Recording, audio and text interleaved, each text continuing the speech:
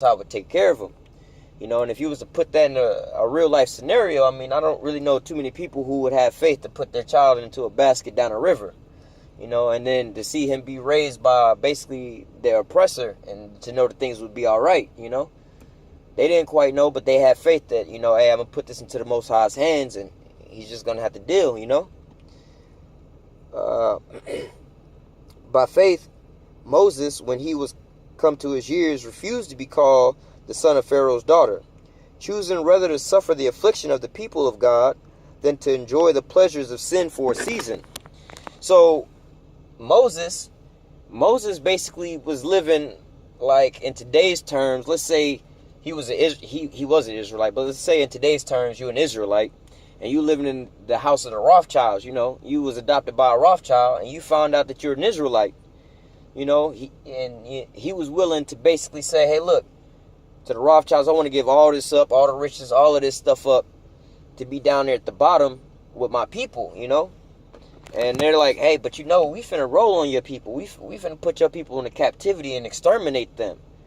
And Moses in that scenario basically would have been like, you know what? I'm good. I'd rather stick it out with the Most High and my people than to be with y'all Rothschilds, because he just had faith,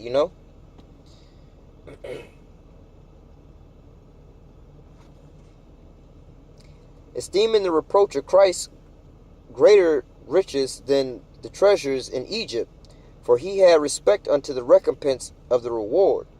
So he chose rather to go through the afflictions, of the of basically, for lack of a better term, the chosen, because the chosen, they're going to be tried and refined as the gold is tried, and the Most High chastising his sons. So he would rather, in today's terms, basically say, hey, look, I don't have a father. I don't got my daddy to beat me. But, I went over to your house and messed this up with you. I'd rather go over there and get it beaten with you. Put yourself under that affliction, because he knows that if your dad disciplines me and I take this beating now, I might wind up growing up with some kind of structure and understanding, some kind of, guidance in my life. He could see that reward, although it's pain right now. In the end, the reward is much greater, By faith he forsook Egypt, not fearing the wrath of the king, for he endured, and seeing him who is invisible. So that's real deep. That's what we got to do right now. There's a lot of us right here in Babylon who are cleaving unto Babylon. We want to stay, here in Babylon. We're comfortable with our jobs. We're comfortable with, what we're doing and things like this and that. And we might see something that we have to give up in order to do a little more in the word, But we don't want to give that up because we might have to be lacking in a certain area or something like that. Or, some people may not want to go out on the highways and the byways because they might be afraid of, somebody seeing them or something like that. And they might be afraid of the persecution that they might get from that person here or there. And like, but I think of it this way. I mean, I'd rather be scoffed at by, regular people on the streets, which they heathens anyway in 2/3. And plus, the scriptures are written that there was going to be scoffers in the end days. So they're just fulfilling prophecy. But, I'd rather go out there and look stupid in front of them than to be looking stupid in front of the Most High. Because, they can't do nothing but kill the flesh. The Most High, hey, that's some serious, he could do a serious work on you, Through faith he kept the Passover and sprinkling of the blood, lest he that destroyed the firstborn should touch them. By faith they passed through the Red Sea as by dry land, which the Egyptians are saying to do were drowned. I'm pretty sure when they was walking up through the Red Sea and they seen on one side of them, they had the Red Sea in front of them and the world's greatest army behind them, pretty sure a couple of them were scared, but, Moses, having faith, he knew something was going to happen, He was in the perfect position. He was like, the Most High has got to come through now. We here. We follow what he wanted us to do. The only thing we got left is faith. We can just believe on the Most High. He came to deliver us. He didn't bring us out here to kill us, And so they walked through the Red Sea on dry ground, Like, you got walls of water going up beside you, and then the Pharaoh's army walked through there, and they were all drowned, you know, because they had that faith to just to walk when they were supposed to walk. I lost my place. Here we go. By faith, the walls of Jericho fell down after they were compassed about 7 days.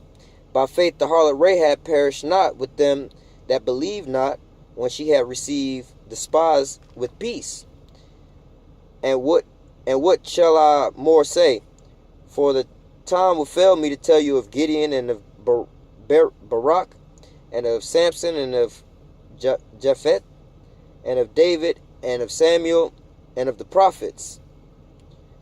So basically, what he's saying here is like, yo, I don't really have enough time to let you know about all the people in the Bible, who our forefathers in the Bible, who by faith believed, and, you know, they had a just reward. You know, he could go on for days. Basically, the whole everybody in the Bible basically is a story about their faith. You know, and it was written basically, the things that were written aforetime was written for us right now. You know, and it says, whom through faith subdued kingdoms, wrought righteousness, obtained promises, stopped the mouths of the lions, quenched the violence of fire, escaped the edge of the sword, out of weakness were they made strong, waxed valiant in fight, turned to flight the armies of the aliens. You know, like King David. You know, King David was a mighty man of war. You know, his heart was just in the right place. You know, he was down to ride with the Most High. You know, he was ready to fight and to die for the Most High. When it was him and the giant Goliath. Goliath was selling out the Most High, and David rode up. David, you know, was a small little boy, and he had the armies of Israel right there. But David came up and said, "Who is this uncircumcised Philistine that does like basically talking shit against the Most High?" Like, you know, this little kid basically is like, "Look, bro, you're not gonna be talking about my God like that. You know, my God is a real God. He gonna put them things on you." And, you know, David went up there with his little slingshot, being too small, and who was it? Saul gave him his armor and everything. He was like, "Man, this is too big for me, too much for me. I'm gonna just depend on what the Most High gave me. The Most High gave me these hands. You know, the Most High blessed my hands and taught me, you know, how did he say? He taught my hands to war." Of course, that was a little later, but, you know, David just believed in the Most High, had that faith in the Most High, and you know, he got it done, you know.